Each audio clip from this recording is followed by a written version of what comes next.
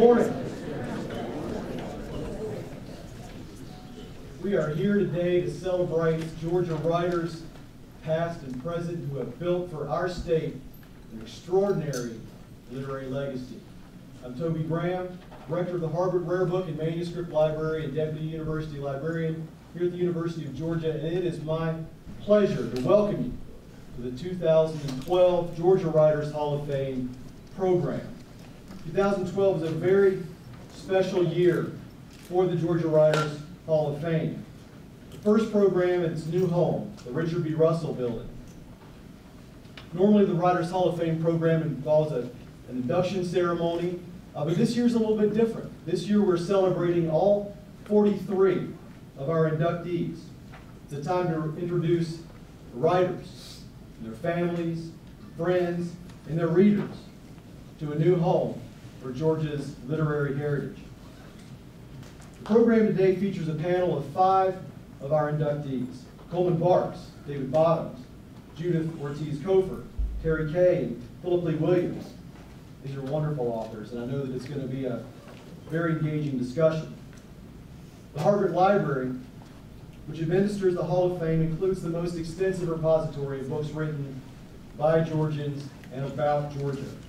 And the Harvard holds millions of original documents, including the papers of people such as Margaret Mitchell, Erskine Caldwell, Byron Herbert Reese, Cora Harris, Lillian Smith, Calder Willingham, Harry Crews, Judith Ortiz-Cofer, Philip Lee Williams, James Kilgo, Melissa Fay Green, and others. Of course, it takes a substantial commitment by the university to arrange and to organize, to provide access to these papers. And so we consider it a milestone when we finish the collection and can open it to the public for research. It's my pleasure to announce, in conjunction with this event, that after months of work, the papers of Judith Ortiz-Cofer are now available and open here at the library for all to use. So thank you for your attention.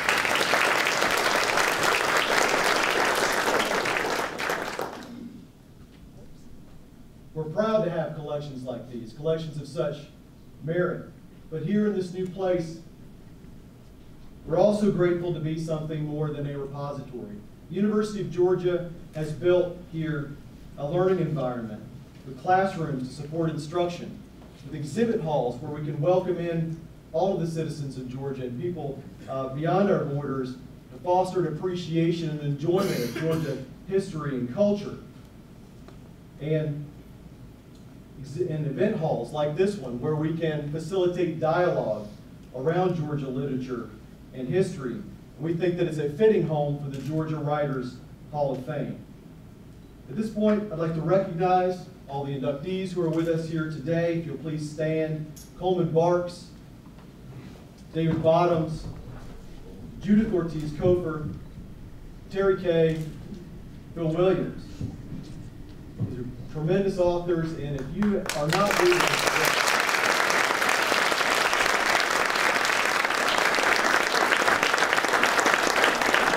I'm preaching to the saved today, but if you're not reading each one of these authors, you're really missing something, and it will enrich your life if you do.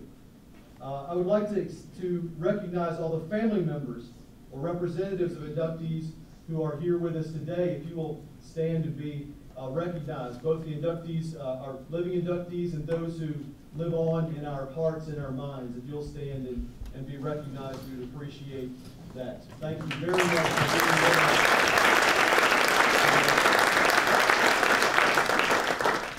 I'd like to extend thanks to a number of other individuals.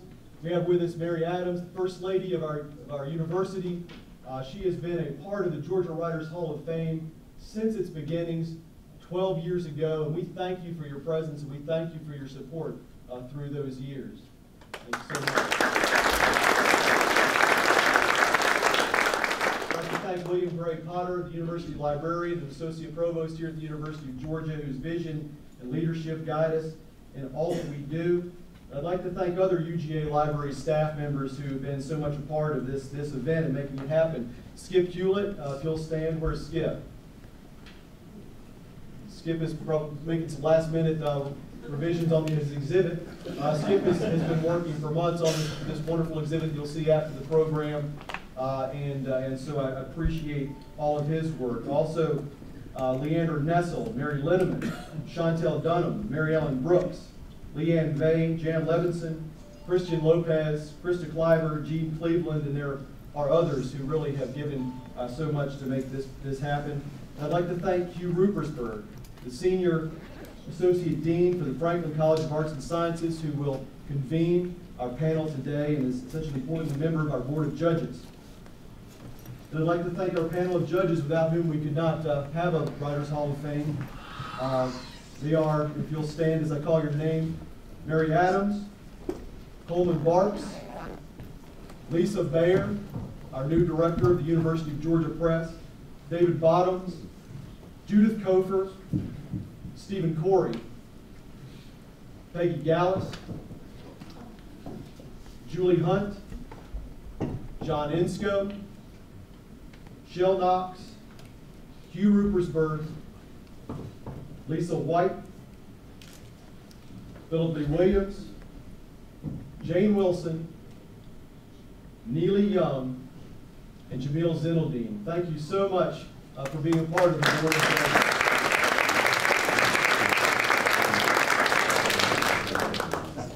I need to recognize George and Nancy Montgomery, whose $1 million gift helps to support the Georgia Writers Hall of Fame, and whose second $1 million gift went to the construction of this building. And so we are so thankful for their support. And I would also like to recognize the passing of two individuals. One is a longtime Board of Judges member, Sidney Samuel Thomas, a wonderful bibliophile, a philanthropist. And the rotunda of this building is named for Mr. Thomas in recognition of his generosity to the University of Georgia Libraries. And also Harry Crews, a Georgia Writers Hall of Fame inductee, described by the UGA Press as one of the South's boldest and most original voices, and he's greatly missed. And now we have an introductory video about the Georgia Writers Hall of Fame, narrated by inductee Terry Kay.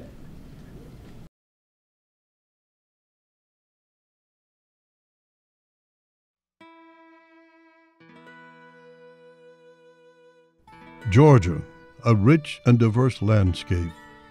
From the blue midst of the ancient Appalachians, where born are the cold sparkling waters which rush down from the highlands and thread the fertile rolling green Piedmont hills, drifting across the sandy pine flatlands to the mysterious swamplands and glittering deltas and golden marshes, which embrace our moss-draped and sun-baked islands, where Georgia meets the sea.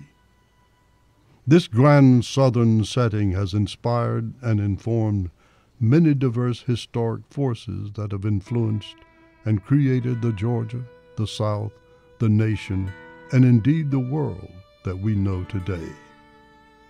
Through periods of exploration and settlement, cultivation and industrialization, wars and peace, depressions and boom times, Georgia has given birth to many unique and influential figures in business, government, science, education, and of course, the arts.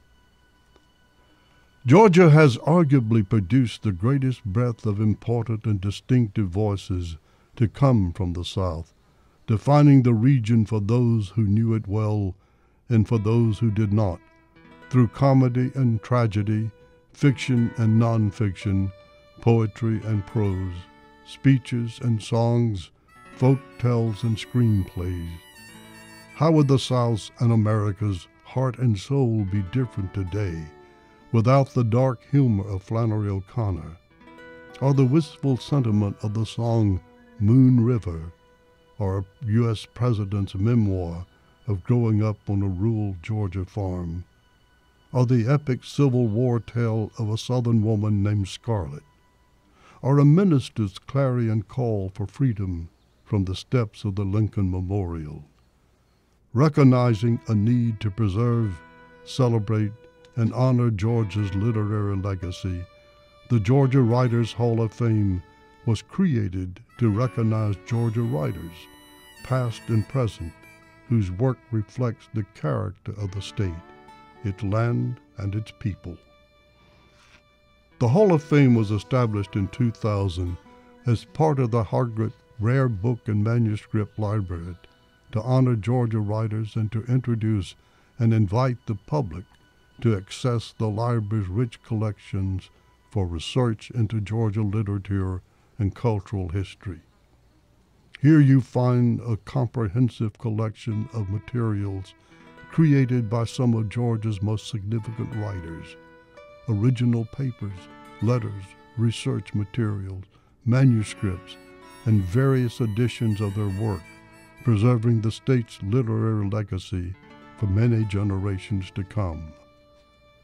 To be eligible for nomination, a writer must have been either a native of Georgia or have produced a significant work while living in Georgia. The Board of Judges meet yearly to review nominations.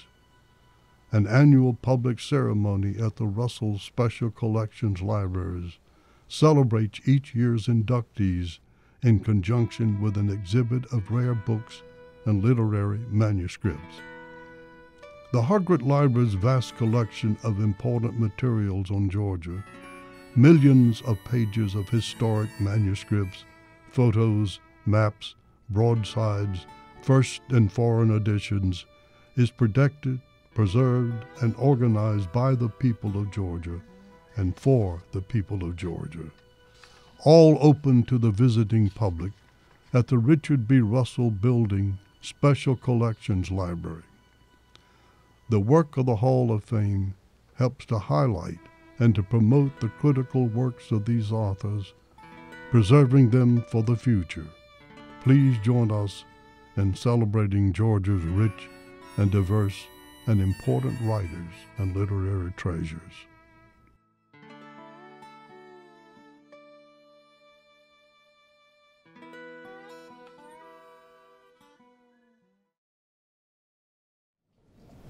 Doesn't Terry have a great voice for that?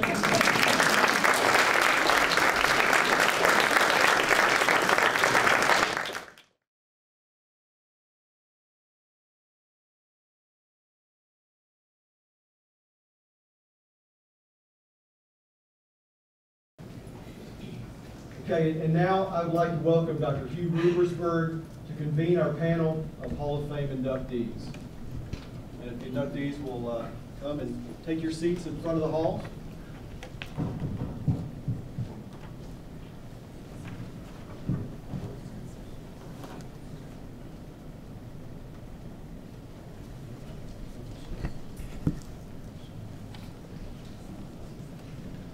Well, I'm very glad to see all of you here today. I look forward to this discussion. You've already been introduced to our panelists, and you have a brochure that tells you a great deal about them. I'd just like to say what a great pleasure it is to be here at this event in this building, which is such a wonderful building. Everyone who had anything to do with bringing it into being is really to be commended, and specifically all the people associated with the Georgia Writers Hall of Fame collection and the exhibits. This is just going to be a wonderful place and facility for students and citizens and scholars in the state of Georgia to study the literary heritage. It's really a wonderful occasion that we're all part of today. So we're going to have a discussion today about writing among Georgia writers. These writers, Judith Cofer, Coleman Barnes, David Bottoms, Philip Williams, and Terry Kay, all know each other, have known each other for some years, and we're going to have a conversation about writing. And the format is at first that each person is going to pose a question for the others to discuss, and we'll try that for a while and then take questions from you. And the discussion can go in any direction that you like. My job is to make sure that everyone gets to speak and that there are no physical altercations. So let me suggest that we start at the end and okay. Judith. I thought I was at the beginning. Right. At the beginning, okay. You know, the question that I came up with is, when did you know that you had come upon a subject that you knew you'd have to write about? And what did you do to begin? Because that's the hard part for me, is when I finish the project and I'm just beginning to try to coalesce all these bits and pieces. And so I was just wondering how the process works for other people. A subject that fascinated you either just for one poem or for 10 years or whatever, how did you know, how did you identify it, that this would be your life's work for as long as it took to complete it?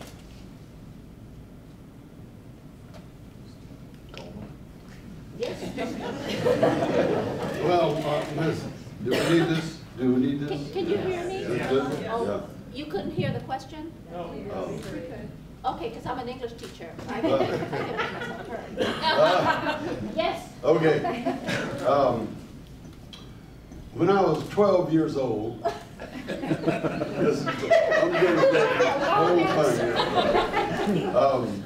I kept a little black notebook, you know, ring notebook, and I put in it images that I loved. Like a boy stirring a spider web with a stick, or a little grove near my house where there were lightning, lots and lots of lightning bugs, much more than they are now. And a kind of a dark tinge that comes just as the sun goes down, a sudden tinge. Anyway, those are three that I remember. And I put words that I loved, you know, like, let's see, jejune. 12-year-old boy, you know, who just likes, that word means intellectually empty. Great word. And just words that like feel like what they are, like scattered water.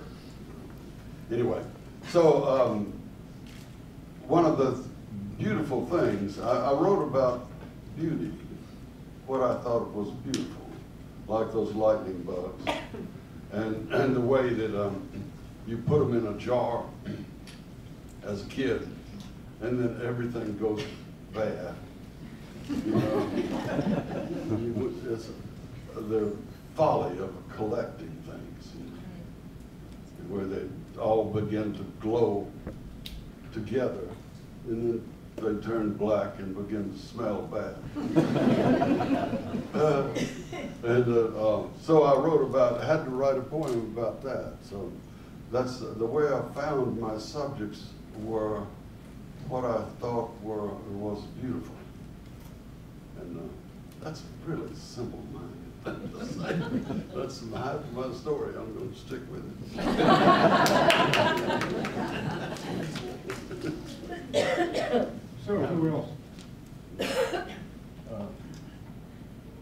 The question was, How did you know? Good thing I'm a teacher. How did you know you had come upon a subject that would occupy you, that you would have to make art from it? How did you identify that subject? that's a very good question. I talked a little bit in school about this. We talk about where ideas come from. And I have always seen writing, or especially poems, as sort of an act of reception. You wander around in the world. Robert Glenn Warren always used to talk about how the world was always trying to tell the poet something. Not the poet telling the world something. The world's always trying to tell the poet something. And I like, oh, you can't hear me? Yes. Okay. This is kind of weird. It's just taped together. I like this little poem by the Polish poet Czesław Miłosz. called Secretaries, where he talks about, I can't quote it, but he talks about himself being a secretary. Everything is just sort of, the world sends these things, and he's a secretary. He translates them for the rest of us. And I sort of see the role of the poet is doing that. And my first experience, to go back to, Coleman, you were 12? Yeah. I was 11. I was about 14 years old, I suppose, and I had this memory of sitting in a little house where I was raised on the highway in Canton, Georgia, and reading the poem of W.B. Yeats, and not having the slightest idea what I was reading. I got this from the county library, but not having the slightest idea what any of this stuff meant. I still don't know what much of it. But I had a sense that there was, in these things, some significance. If I kept turning the page, there was something of consequence here. And what I remember most about that experience, and most of my reading experience, is the feeling that if I kept going, I might discover something significant about this world and perhaps even about another world. That is sort of what I look for when I wander around in the world. I remember when I was a kid, growing up in Canton, my grandpa had a store on the side of Highway 5, old country store, and he used to sit in there, not do much, but listen to the radio. And we had one radio station his radio would pick up. That was WCHK 1290 on the radio dial, which the station was about a mile up the road, and played nothing but Southern gospel music. And so there was, I listened to a lot of that when I was a kid. There was a song that was very popular back then. It was called Turn Your Radio On. And one of the lines went, you probably know this song. No. You can sing it. Yeah. One of the lines went, get a little touch of what? Jesus. No. Get a little touch of heaven waiting. Get a little heaven in your soul. Get in touch with God. Turn your radio on. The notion was that all people, not just poets, but all people were sort of radio receivers. And that you wandered around the world and your radio was tuned in. And that's, I always thought, a good metaphor for the poet. The poet sort of wanders around the world and waits for the idea to hit. And it's kind of an act of reception. It's passive in a way. Wordsworth talked about this in the 1802 preface to Lyrical Ballads, where he said that poets have a more than usual organic sensibility. That's a fancy phrase. Would you written that? More than usual. No, you don't. More than usual organic sensibility. So when I get ideas when they just come to me, I can't find them. You know, you just wander around the world trying to be receptive to the world, and something hits you. Hopefully, it's some sort of metaphor that you can build a poem around. Yeah. I'm getting an idea for an essay on this subject because William Stafford, I took him somewhere one time, and I get up at 5 out of necessity because my life gets busy at 6:30. But he got up at 4:30, and I said, why do you get up so early? And he says, because ideas for poems, you have to think of them as, you know, flies or mosquitoes. I want to be here to bite me, because if I'm not here, it'll go bite you. Less poetic than these two guys, but it stuck with me. You know, the earlier you get up, the more you're likely to get bitten by that poetry mosquito. My important experience happened when I was 18 months old. And I get up at 4. And Southern men are not competitive. I'm kidding. Just to answer Judith's question real quickly and directly, she asked where sort of ideas come from, what you do when you have them, and there was an idea I had for years that I dragged along with me like bad luggage that I didn't want to throw away, but couldn't quite bring myself to take to the airport because it was so unformed and ugly and everything. And it was about people who don't fit in with regular society. Most of my books, in a sense, have been about people who are outside of the normal boundaries of everyday society. And I think about them a lot, and I spend a lot of time with them and everything. And I had thought for years about Southerners who were against the South's position in the American Civil War. It was important to me to think about because I had spent my entire life as a political liberal in the American South, which and was in fact a McGovern County campaign chairman in 1972, which was suicidally stupid. But I was 22 years old and didn't know any better, but and survived. But at any rate, I kept wanting to think about a story dealing with Southerners who are against the South's position in the war, because we think of ourselves as being this big homogenous country, and as we see now in an election cycle, we're not at all. And we weren't during the Civil War at all, and we weren't during the Georgia's vote for secession or anything else. So I spent years doing research, talking to people, talking to real historians, which I'm not, and everything, before I finally settled on an idea to write about it. I did not want to write about the Civil War because I'm not a Civil War novelist per se. It sort of marks you. But what I really did want to write about was how people who have very different opinions from most of their neighbors survive in times of extreme tension and peril. And that was the genesis for my novel, A Distant Flame. So that was just kind of one thing, Judith, that was where the idea came from. Just kind of an obsessive pursuit of... Yeah, it just kind of kept scratching me. I couldn't let it go. I just, I wanted to know how somebody in north central Georgia who was profoundly convinced that slavery was evil and that the South was wrong in trying to secede, how they managed to survive. And I grew up in a town, Madison, Georgia, which had a sizable minority of people who were against the South's position in the Civil War. And so I wanted to know how they lived. I wanted to know how they managed day to day and everything. And it took a lot of research and a lot of thinking to reach a point where I could construct a novel around that.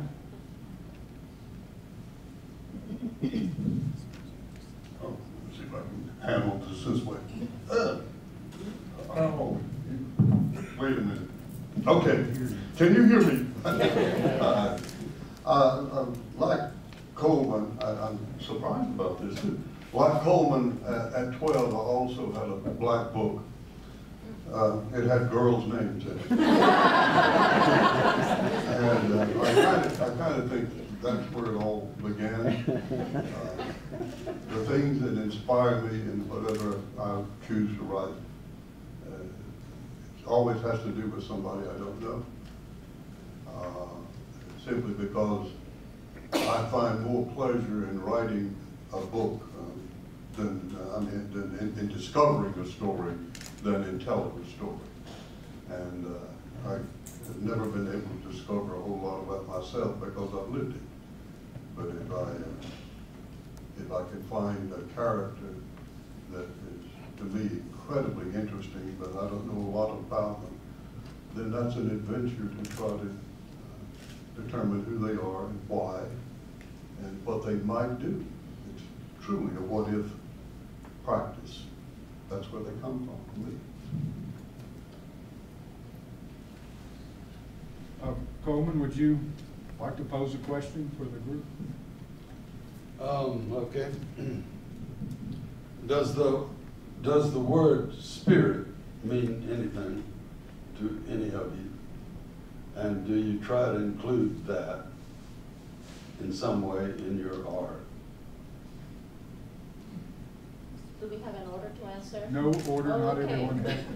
He's the associate dean, so. Is this okay if I hold it No, like this? hold it up close, Oh, please. Can you get it closer? Okay. Is this better? Yes. Yeah. Oh, there you It was taped. I recently was working on a thing that I don't know what it is. It's nonfiction, and I call it a cultural memoir. And I will try to be brief. because Puerto Ricans, like Southerners, tend to say, I'll answer that shortly, and then we go on for an hour and a half. But basically, my mother died last summer, and I went back to Puerto Rico while she was ill, and then to follow her very, very explicit directions on a very traditional Catholic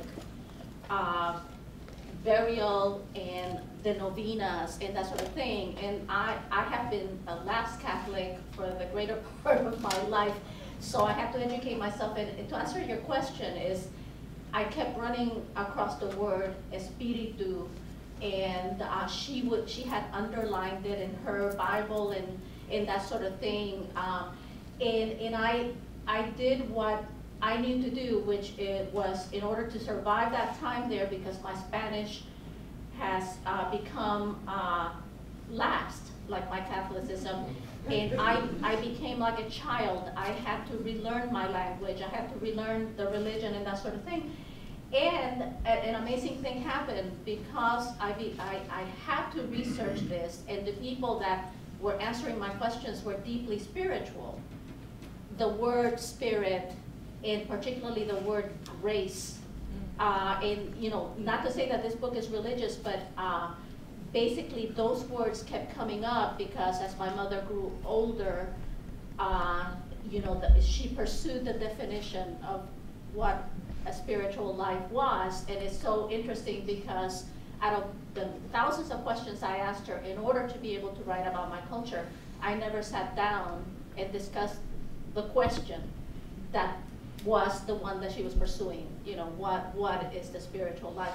So anyway, this is the hardest book I've ever written, because I've had to educate myself in a realm that is so difficult to grasp.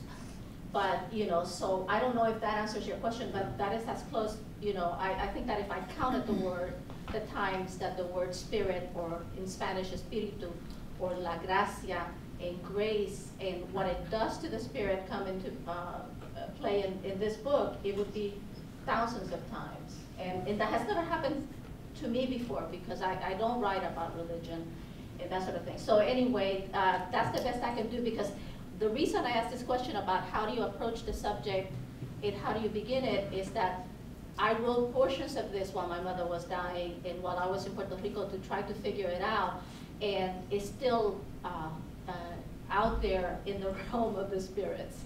It's not a book yet. But as with Phil, it obsesses me. This is all I think about.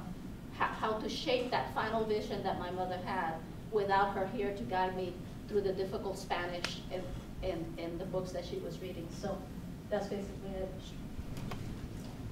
it. Me? Well, Coleman, short answer is yes, I suppose. But I don't want to explain it. That's a really good question.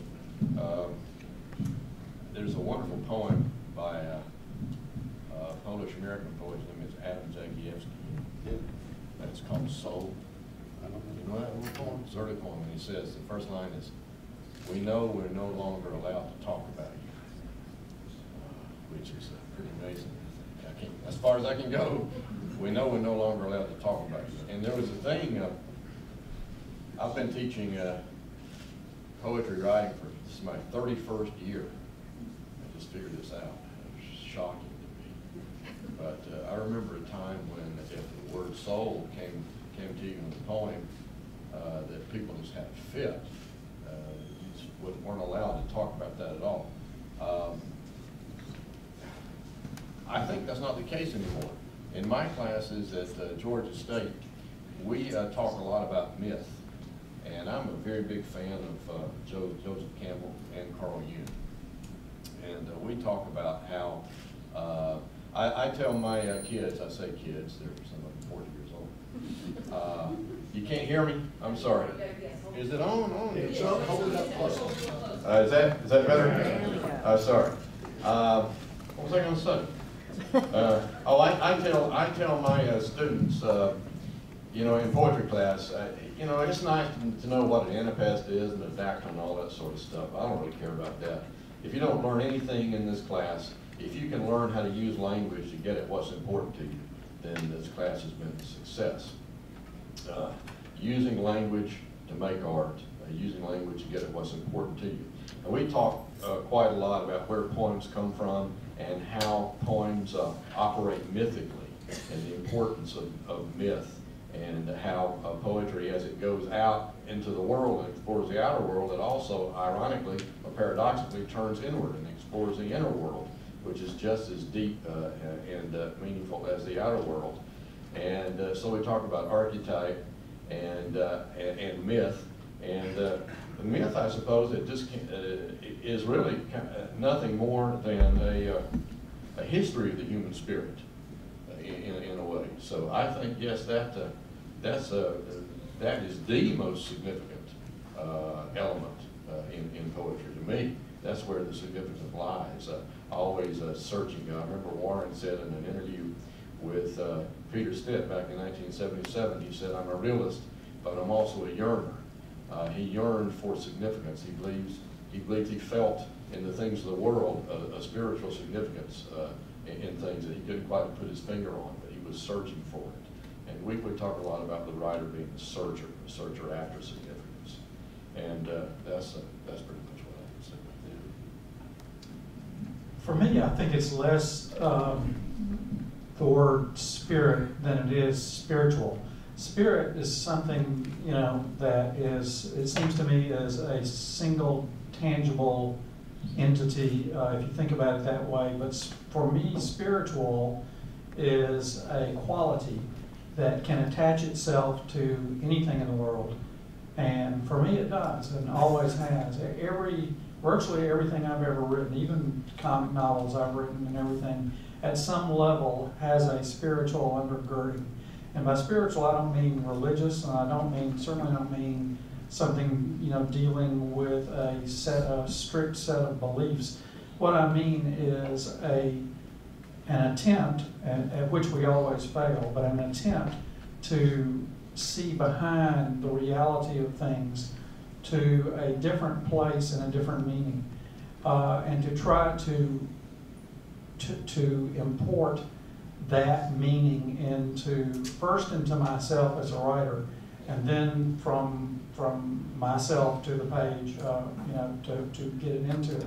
And it might be something as simple as a bit of dialogue. It might be something as significant as a denouement section of a novel, or a wrapping up, or when you're trying to make a point in a poem without making the point, by using that spiritual undergirding that you're building through the use of language.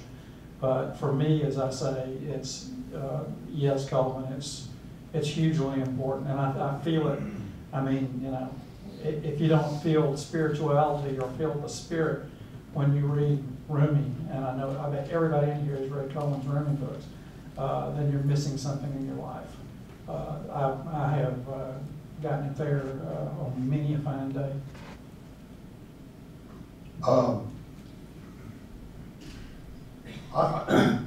It is a really strange question for me. I don't ever start out with the idea that I want what I'm writing to be, to have any of the qualities at all that we're talking about. I hope they do, but I don't direct toward that. If it works, then I know about it when someone tells me they had a reaction that was to them, had a spiritual nature to it, or something mythic that appealed to them.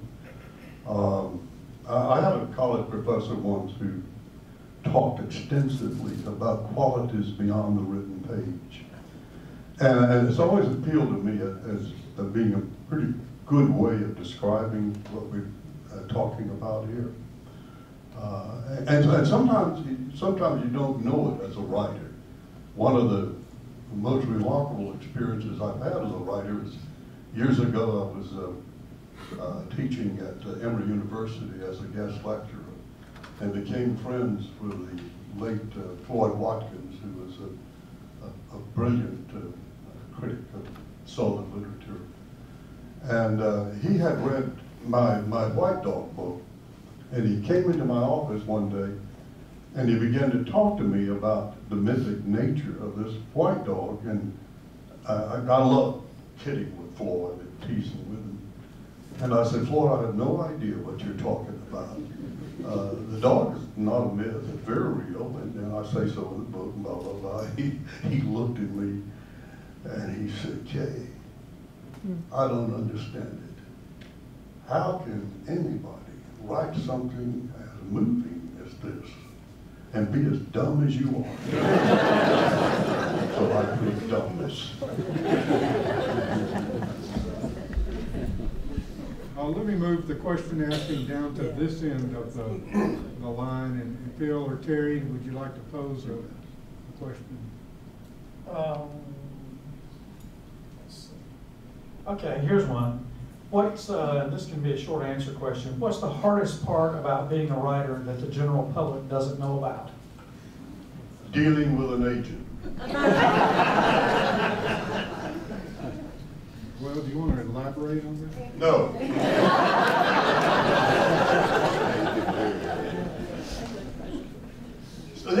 They don't often like what you like, and they refuse to take it out, or they want to force you to do things that you simply don't want to do.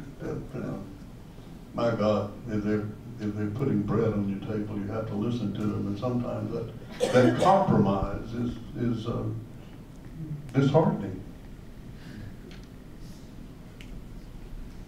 Well, since you're looking at me, I guess I'll answer.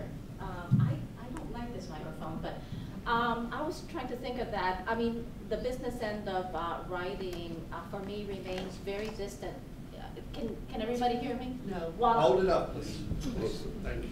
Okay, you can tell, we're not often in front of, well, I usually stand in front of a microphone, but this feels strange.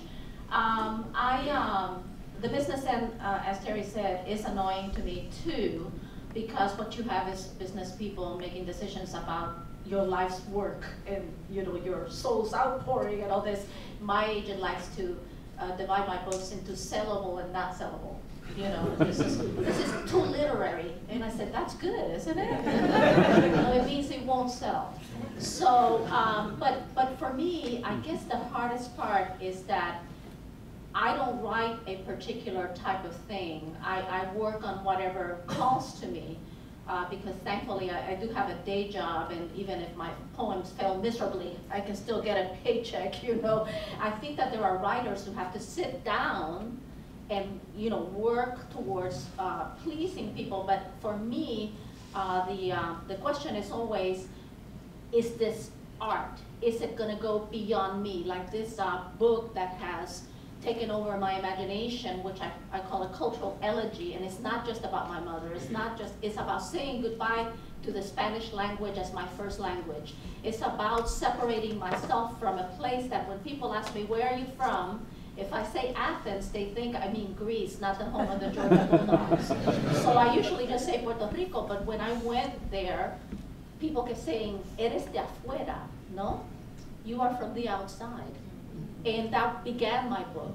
Am I from the outside? Now I'm from the outside in the place where I was born. So to answer as briefly as I can by nature, I will say to you that I don't know if anyone will want to read this book. And to me, the proof of art is not in the numbers you sell, but whether it affects someone else. If it crosses over. I had someone in my class recently say, when the class decided as a whole that the story had not worked, that no one really quite got it, says, but it's what I wanted to say, it's my story. And I said, fine, write as many of those personal entries as you like, but if you wanted to cross that boundary into art, at least one other person has to be moved by what you thought was moving.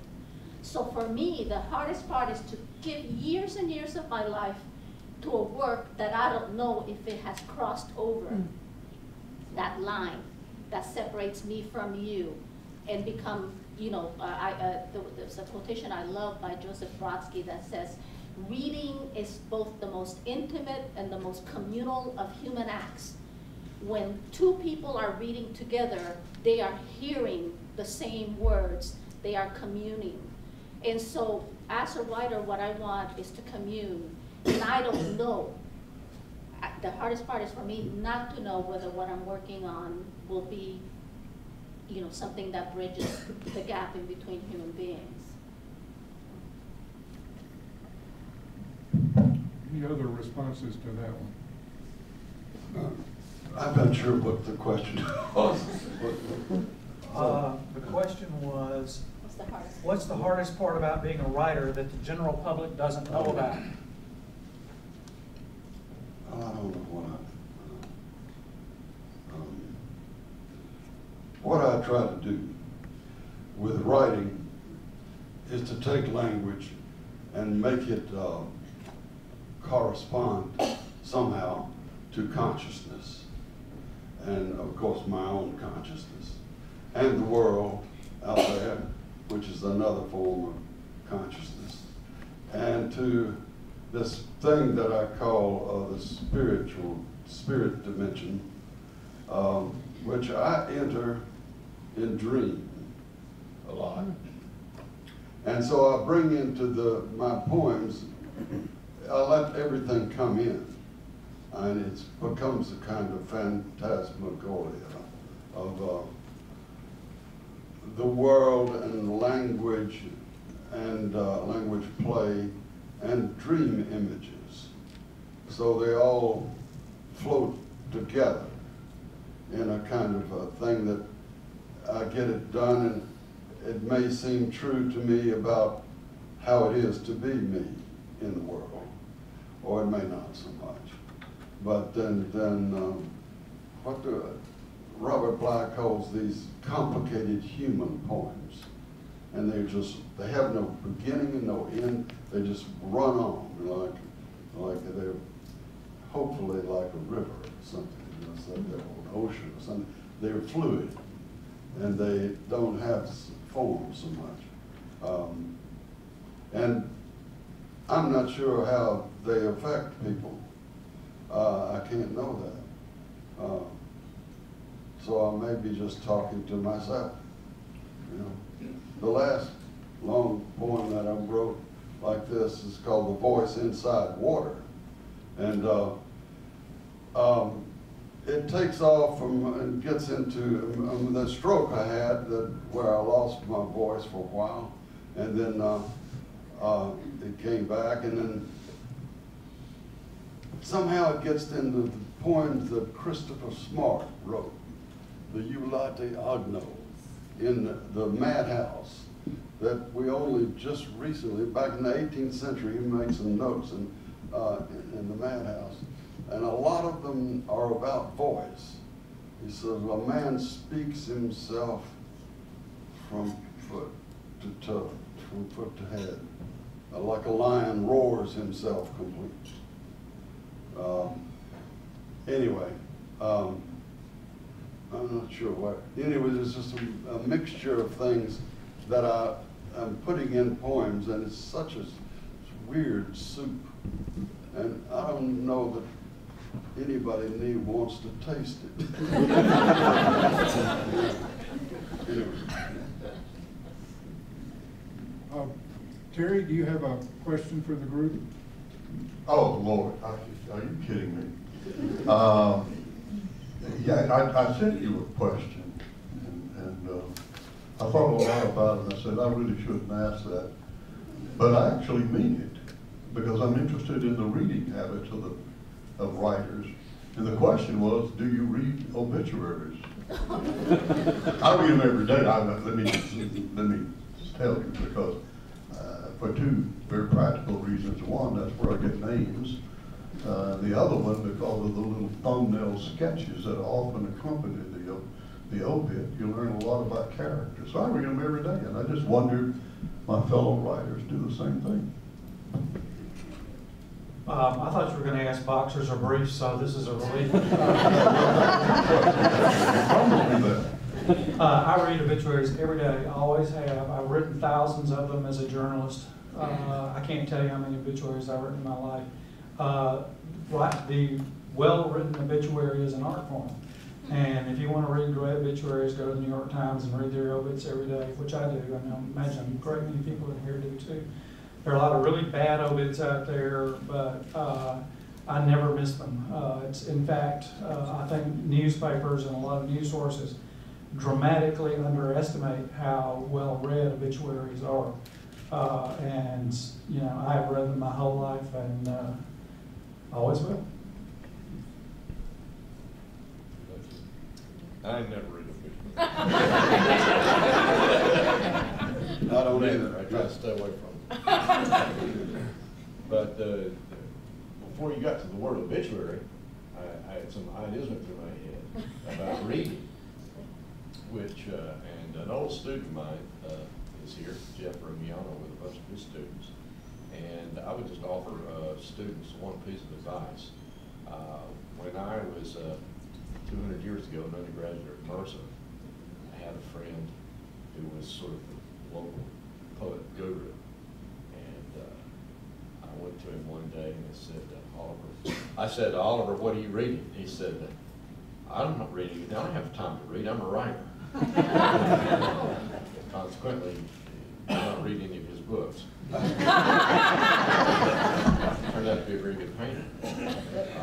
But there's nothing more important for a writer than to be an inveterate reader, just a terrific reader. And I recommend to everyone the 19th century Russians. You can't beat the 19th century Russians. I don't care who you are, where you come from. You can't beat Tolstoy. You can't beat Dostoevsky. You can't beat Chekhov. You think they're better than obituaries? I'm reading. You think they're better than obituaries? Oh, yeah, well, they read an obituary a lot faster. I'm reading right now Ivan Goncharov's 1859 That's right. novel called Avlomov. That's right. He's called the giant sloth of literature. Avlomov, he never gets out of bed. It's a big, long novel, too. But he has visitors. Yeah, they come back and forth. It's wonderful. For pages and pages and pages. But I'd like to know what people are reading now. I'm reading Hayden Carruth's last poems. It's a gorgeous book by Copper Canyon, just out. And an old book by Joseph Chilton Pierce called Evolution's End. What are you reading? I want to answer the question about obituaries. Okay. I read the obituaries of strange people. And I just wanted to tell you an obituary that I read in recent years. Did you know that one of the Munchkins in The Wizard of Oz is from Georgia? And he just died in a nursing home in Dublin, the Emerald City of Georgia. And they said that he was, the nurses said that, you know, even though he didn't achieve much fame after The Wizard of Oz, although he regaled all the residents with bawdy tales of the time that all of those little people got together and, you know, did the town. He was very, very famous in Dublin.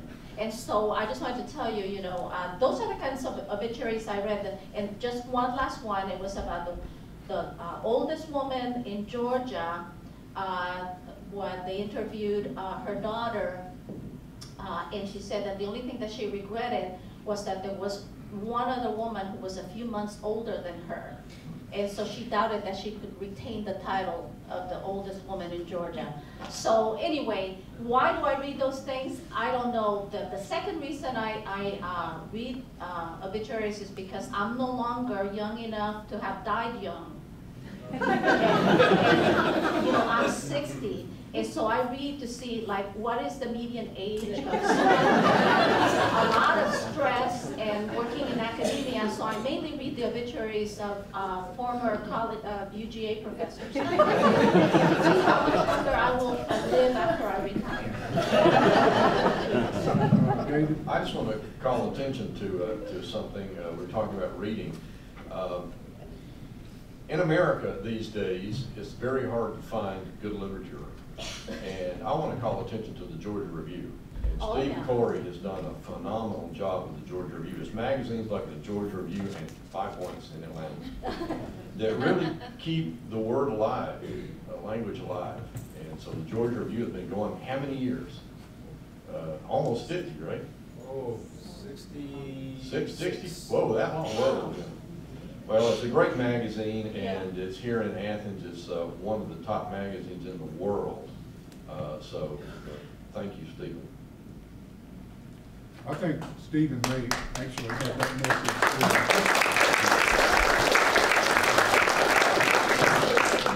We're going to run out of time shortly, and David had a really interesting question that I was holding. I think they have already answered it. My question was this, if you can hear me, just very briefly. Does what we do as writers have any value or purpose beyond entertainment? And if so, what is it? Oh. I think it's a moving consciousness along and growing and expanding the soul. You know, it's a. There's that word again. I know. Robert Thurman, the great, Uma's dead, and the great Buddhist scholar, said that over the last 70 years, there has been a kind of tendency toward making the consciousness shallow. We have gotten away from our love of the interior life, and we've moved toward an excitement about business deals and ideas for movies and ideas for plays and ideas for novels. The idea for it, not the actual experience of it.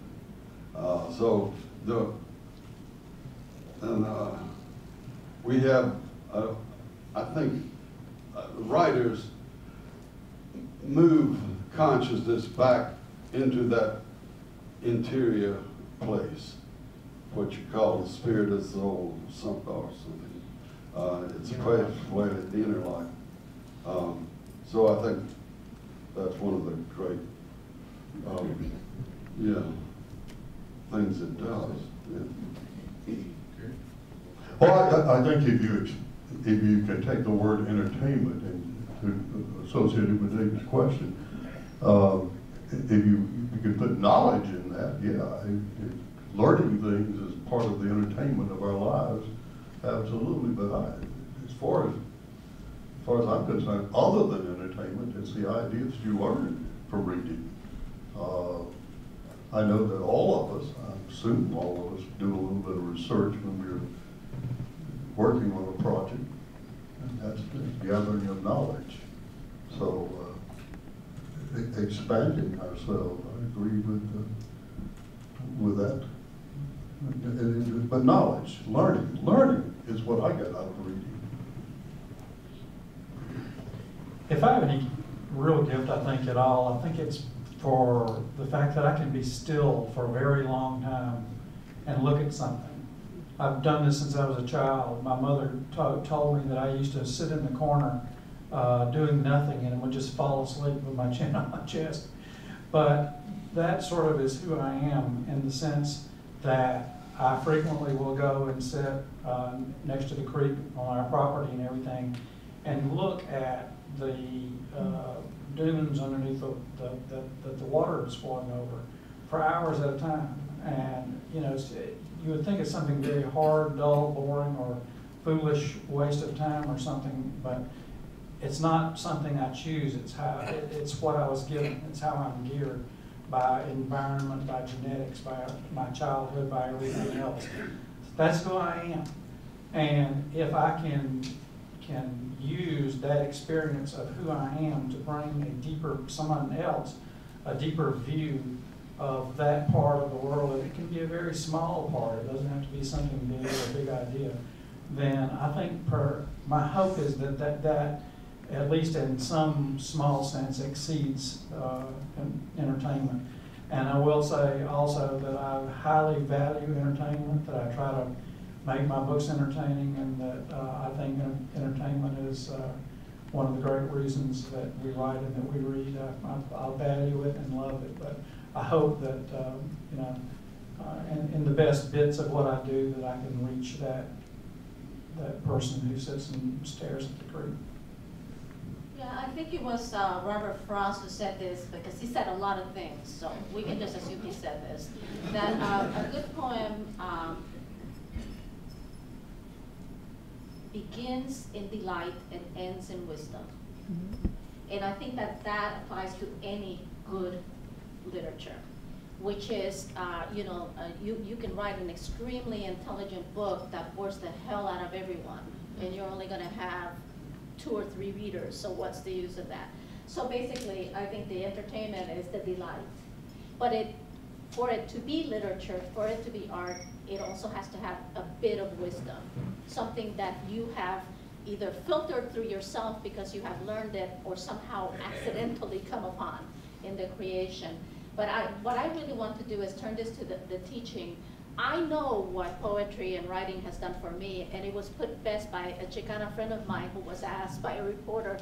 She's a poet, says, what has poetry done for you? Because obviously it didn't make her money. And she said, it kept me from having a stupid life. I love quoting that because it is that's a wise thing. I mean, she could have done something for money, but she would have, in her estimation, been leading a stupid life. And so I just want to end with the fact that I'm teaching undergraduates right now. I teach a creative writing workshop that's 3 hours long, and I have to go home to sit in my rocking chair, recover, because it's so intense.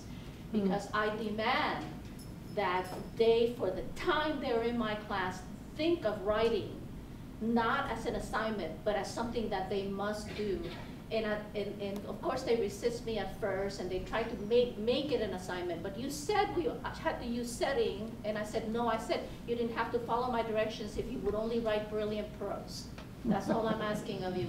And at some point, not everyone, but many of them get this look in their eyes, and I can see it when they come in with their stories. I have made something. Today is different because I have created something that did not exist before, but for me, I did it. And so I guess that sounds idealistic, especially since my husband figured out I've been teaching for 34 years, and that makes me really tired. I don't want to hear myself for 30 more years, but the fact is that teaching has taught me that you can bring art to people, even if their story is not publishable, still they come in with that look. I am a maker. I have made something. And so that's why I think that the writer's task and the teacher's task is to make that clear, that there are some things you can't buy, that you can actually make. David, do you have a question, an answer to your own question? No, not really. I mean, I forgot what the question was. The significance. I think everybody answered that very, very appropriately. I think I like what Coleman said about using language to get in touch with the inner life. I'm sorry. Yeah, my students are often very surprised to find that they have an inner life. And I think the trouble is that we in our culture often devalue that, and it gets run over, and they begin to think it becomes an embarrassment to talk about. And so when you do put some value on it in the classroom, they wake up to it once again and become very interested in it. And there's a deeper significance to things. There's a wonderful poem, 2 other little short things to say. There's a wonderful poem by Robert Penn Warren called I'm Dreaming of a White Christmas, A Natural History of Vision. What's the title? And at the end of this long surrealistic poem about his dead parents, it's a dream poem, he talks about trying to uncover the logic of the original dream. Think about that. I'm now trying to uncover the logic of the original dream. That's what we as writers, I think, try to do. The irony is that we didn't dream the original dream. We're parts of the original dream, so we only get a piece of it. And yet, the yearning he felt for that, it persists, it gnaws at us. We keep trying to discover. I remember Jim Dickey told me one time over a honey-baked ham, we were having for breakfast. He looked at me across the table and bared his teeth and sucked air through that gap in his front 2 teeth. And he said, David, sometimes I think I can see to the very bone of it. And he wasn't talking about the ham. He was talking about these little moments of clarity that he said he had. I guess Joyce called them epiphanies. Well, moments of clarity, he said, if he felt like he could take them all, string them all together like a child's puzzle, he would have like a pretty fair blueprint of the universe, and what it all meant. And so I think that's one thing that language does for us, that art does for us. We make art out of these little moments, and if we can sort of string them together, we get a sense of something unique or something more significant. I'd like to thank everybody on the panel for their comments. This has been a great session. Give them a round of applause.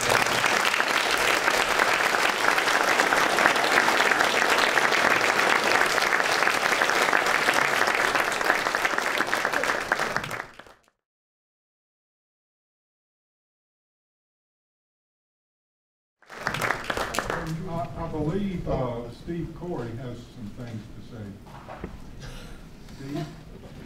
Don't worry, not many. Thank you, Dave, for setting that up for us. I promise I'll only keep you for a couple of minutes because naturally I want you out in the hallway buying the Georgia Review as well as the books at the other end of the hall. I can't thank everybody. I want to thank just a couple of people. First of all, I want to thank Toby because when I mentioned to him this idea that I had about trying to put out a special issue of the Georgia Review that tied in with the Hall of Fame, he went like this rather than like that. So I thought that I could go forward. I have to thank Skip Hewlett for helping us to find many of the treasures that we located in the Hargett collection to be able to bring into the issue. I have to thank all of my staff for doing something that a quarterly journal does not usually have to do, which is work under a really hard deadline in order to have this issue out in time for it to be here for you today, and we succeeded with that. Thanks to David Bottoms for mentioning the Georgia Review. The Georgia Review, which was founded in 1947 and grew from a Georgia Review into a national journal over the years. I'm very pleased that we could circle back around to this Georgia-focused issue, which I think is not in any way limiting or closed in. It occurred to me sitting out here that at least in our minds, I think we ought to think of this, it's not an organization, this institution, this hall, as the Georgia Writers in the World Hall of Fame, because there's nothing about the work that any of the people up here or the others in the hall have done that don't suit and deserve to be out in the world. And so I'm particularly pleased that the Georgia Review is going to be going out across the country and in a somewhat more limited extent around the world. People will see the Georgia writers that belong out there with them. So if you don't know the magazine, please come to know it today. If you do already, buy it for somebody else. Thank you.